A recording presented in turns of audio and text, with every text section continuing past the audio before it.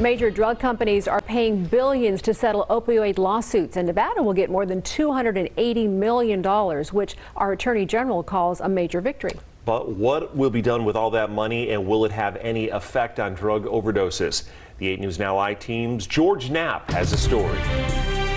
We're very proud of that because we've begun getting money into our state very early to help address this opioid crisis. In January, Nevada Attorney General Aaron Ford took a victory lap of sorts when he announced the latest settlement with big pharma companies related to opioid lawsuits. Nevada will score $285 million paid over 18 years to go along with the previous settlement of $50 million that could be paid to the state this year. Some of the money will trickle down to local governments. But what will the state do with its cut? Are you able to sort of earmark it for, say, anti-drug programs or specifically to help addicts? Or is that up to the legislature? Well, it's the latter.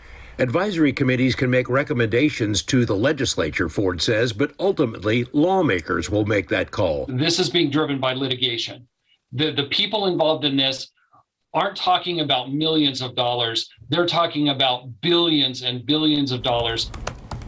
Dan Laird is both a pain management doctor and an attorney. He's filed lawsuits on behalf of chronic pain patients who've been denied medications in the aftermath of the great opioid crackdown. Far more common are lawsuits filed by state and local governments against big pharma. More than 1,500 of them at last count. Laird says governments see the drug companies as big ATMs that will spit out cash, even though the current opioid crisis has little to do with legal prescriptions. The explosion of pill mills and overprescribing that began in the late 90s are pretty much gone. Nationally, opioid prescriptions have declined every year since 2011, yet overdose deaths have gone up ever since, including a 55% spike in Nevada in 2020.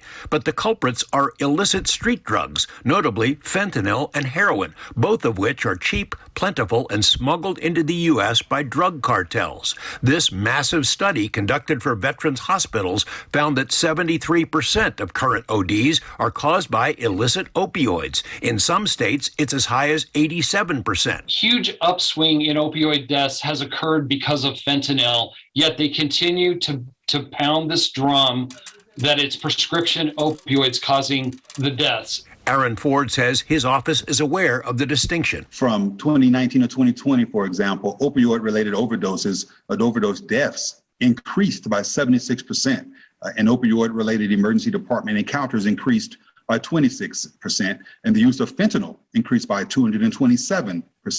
And so again, we talk about opioids, but we also try to highlight the certain aspects of opioid abuse. And thousands of people have died because of their greed. But the AG's office has repeatedly blurred the line between prescription opioids, illicit opioids, and drug deaths in general. The three categories are used interchangeably. The AG's website decries the terrible scourge of the opioid epidemic, but then defines opioids as addictive drugs prescribed for pain, which certainly is not an accurate portrayal of the main killer, illicit fentanyl. The January news release touting the big pharma settlement blames drug companies for creating, quote, the ecosystem of addiction and for the deaths. The I-Team previously examined every opioid-related death as reported by the Clark County coroner for a 2-year period and found that nearly all of them involved multiple illicit substances as well as deadly diseases, even gunshot wounds. But anyone with a trace of opioids is considered an opioid death.